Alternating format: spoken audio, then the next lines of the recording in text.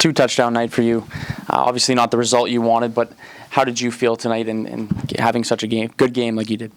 I felt good. It hurts to lose. It's something that I feel like it's a good situation because we know what we need to get better at.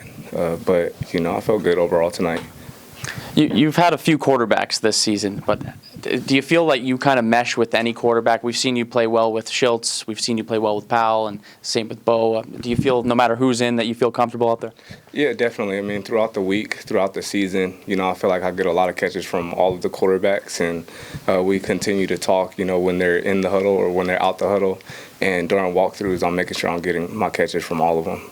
Thank you. Where do you feel? You've had an excellent year, but going into a bye week, what do you need to do ahead of the Montreal game, knowing you're going to see them? Like, is that a game you want to rest, or is it a game you want to still be able to play, knowing that you're basically going to go to Montreal to go back to Montreal? Yeah, personally, I would want to play. That's just, I feel like, in my nature. But whatever the coaches decide and everything like that, I would respect.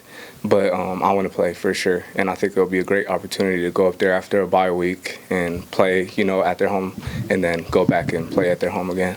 I know I asked you this during the game, but just changing the question up, how much concentration and buy-in does it take from the rest of the room on the offense? I mean, while they're working through the quarterbacks and trying to get Bo back healthy and Matt's coming in, like, what does that take from everybody else? How much concentration and buy-in does that take from the rest of the offensive room?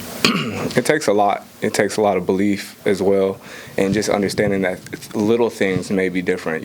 Bo may like to throw a certain ball, where Matt may like to throw a different, type of ball. So it just takes us being able to adjust on the fly and being able to make those adjustments in the game when things may look a little bit different. And then at the end of the day, it's just make our play. Tim, earlier you said that you know what you're going to have to do to improve on. Could you expand on that a little bit? What are those things? Yeah, I think the biggest thing is just the penalties, getting rid of the penalties in certain situations. And obviously you can get better in all situations throughout the game, and that's really the main thing. I know winning's priority number one for you, but does being in such a close race for that number one in receiving yards this season play any factor in wanting to play against Montreal? No, I think it will be a great opportunity to get up there with my team and just be able to compete at their field. We haven't played there yet this year, so I feel like getting used to the turf, getting used to the lights, all of that is very important. Of course, I'm very competitive, but whatever the team decides, I'll respect that. Thanks. Talk about the quarterbacks, Tim. How different are the three starters? Are they vastly different, or are they just the differences a little bit in each one? Yeah, well, I'm not going to give up too much, let the defense figure that out. But, I feel like Bo, when he steps on the field, he has a lot of experience, a lot of confidence, so he wants things a specific way.